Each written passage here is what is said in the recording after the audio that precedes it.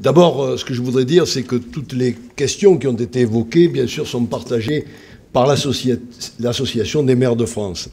Vous savez qu'actuellement, le président Baroin et le président Léniel sont intervenus à plusieurs reprises et vont intervenir d'une manière très forte au congrès des maires de France, qui sera le 100e congrès. C'est un moment important de notre association.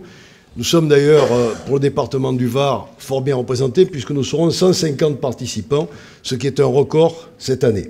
Et donc je remercie les collègues d'être présents. Puis à la soirée, effectivement, qu'on a prévue par l'association des maires du Var au Lido, nous sommes 120. Donc c'est quand même pas mal, c'est une bonne représentation pour le département du Var. Alors toutes les questions qui ont été évoquées, bien sûr, vous vous rendez compte qu'elles ne sont pas restées comme ça, lettres mortes. J'en ai déjà parlé lors de l'association l'Assemblée générale de l'Association des maires du Var à l'Accro le 28 octobre, en particulier sur les contrats aidés. Vous savez que pour les contrats aidés, on vous avait fait à tous les maires une lettre pour savoir le nombre de contrats aidés que vous aviez pour faire participer l'Association des maires de France. C'est le président Léniel qui est en train de faire l'analyse et qui doit intervenir prochainement. Dans ce cadre-là, il va y avoir effectivement une liste proposée par l'Association des maires de France, une liste d'ailleurs où il n'y aura pas trop d'ambiguïté, puisqu'il y a eu un rapprochement entre le président Baron et le président Léniel. Il n'y aura qu'une seule liste et le vote aura lieu mercredi, où tous les courants de pensée seront exprimés et votre serviteur fera partie du bureau des maires, puisque j'ai été retenu pour faire partie du bureau des maires de France, ce qui sera quand même un point important pour le Var et qui sera un relais important pour les questions qu'on vous fera passer. Je pense en particulier à la question qui a été évoquée par notre député ami Jean-Louis Masson, où j'ai effectivement été interviewé par Patrick Hinx, et on va parler de ce sujet important sur l'article 55 de la loi SRU, où il y a des travaux. J'en profite pour te remercier, te féliciter des actions que tu mènes en tant que nouveau député du Var. Et comme tu l'as dit, tu n'es pas que député de la 3e circonscription, tu t'occupes effectivement du Var en général, et ta présence aujourd'hui est remarquée et on te remercie particulièrement, ainsi que les sénatrices et la sénatrice qui vient de nous quitter également, Christine Anfanqui d'Orgal, et l'autre sénatrice, Mme Coman, qui est à nos côtés, bien sûr, sans oublier notre ami qui est toujours présent, notre ami Pierre-Yves Colomba, qui chaque fois intervient avec beaucoup de bon sens et qui est le défenseur des communes rurales. Alors pour la loi des territoires ruraux, vous savez que c'est une motion. Cette motion, effectivement, on l'a tous votée ce matin à l'unanimité, et elle est présentée aussi, elle sera présentée directement par des associations, puisque c'est un sujet qui est fondamental et qui est demandé. D'ailleurs, dans les questions qui vont être évoquées au cours de cette assemblée, tout ce qui touche la ruralité sera en priorité, puisque vous aurez des débats consacrés aux territoires ruraux, acteurs incontournables d'une véritable alliance des territoires. Alors il ne faut pas que ce soit des vains mots. Moi je vous le dis, on va se faire entendre. Il n'est plus question de maintenant entendre des discours et pas avoir des actes. Et en particulier, le point essentiel qui va être débattu, c'est effectivement cette opération de l'eau et l'assainissement. Et je vais participer d'ailleurs à ce travail dès le mois prochain. Donc ça sera certainement pas décembre, mais en janvier, ça va être fait.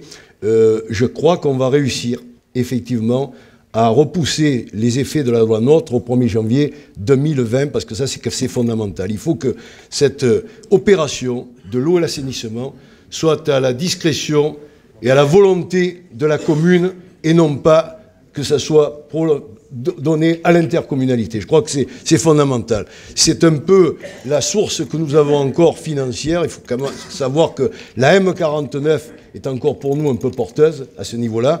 Et si demain on enlève encore cette opération, on n'aura plus rien. Alors là, je crois qu'il va y avoir une commission de travail importante.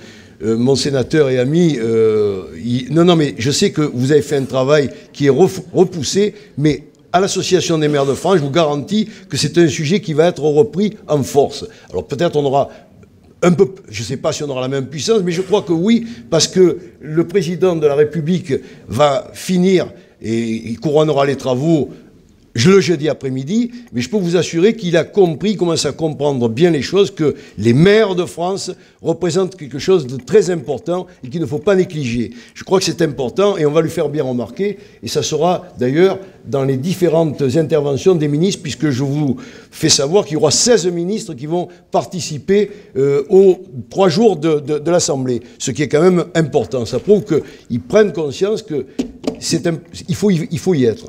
Moi, je vous garantis qu'on va le dire haut et fort, parce que c'est pas tolérable que nous ne soyons pas suivis, qu'il y ait des déclarations comme tu l'as fait. C'est vrai que le Sénat, vous avez fait un gros boulot, retoqué par l'Assemblée. Je l'ai dit d'ailleurs à Fabien Matras, qui fait partie de cette commission et qui va y travailler. On va travailler ensemble là-dessus, et je crois qu'on va frapper fort, parce que Fabien Matras a compris aussi. Il a été maire pendant peu de temps, mais 3 ans à Flayos, qui connaît quand même un peu les problèmes que nous rencontrons en tant qu'élus, et je pense qu'on va aller dans cette direction. Il faut arrêter ce genre d'action, il ne faut pas que ça continue dans ce sens. Pour les autres opérations des contrats aidés, c'est un peu plus compliqué. Le Premier ministre a dit que c'était, Monsieur le Préfet en dira certainement quelques mots, c'est 200 000 contrats cette année. Je crois que le Président de la République a une volonté forte là-dessus pour vraiment rester en telle position. Il considère que les contrats aidés, ce sont des contrats qu'on ne doit pas prendre d'une manière particulière. Alors, on fait bien remarquer que c'est important pour le monde associatif. Je crois que ça a été prévu aussi. Pour les handicapés, c'est un point important aussi, ça va rester.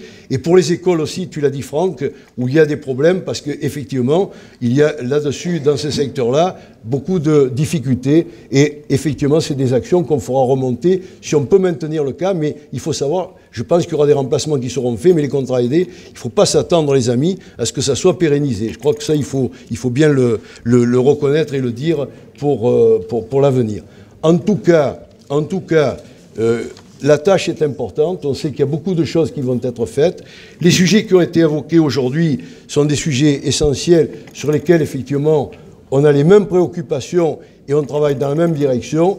Et je pense que ce qu'on a bien dit, il n'y a pas, André l'a dit, et je terminerai mes propos dans la même chose, il n'y a pas des maires ruraux et des maires urbains, il y a des maires qui travaillent pour leur commune dans la bonne direction. Et moi, je suis très heureux qu'au sein de notre association des maires ruraux, il y ait une telle entente et un tel enthousiasme. Merci encore de cette belle assemblée. Et je suis à votre entière disposition, vous le savez, en tant que président des maires du Var, pour soutenir tout ce que vous solliciterez. Merci.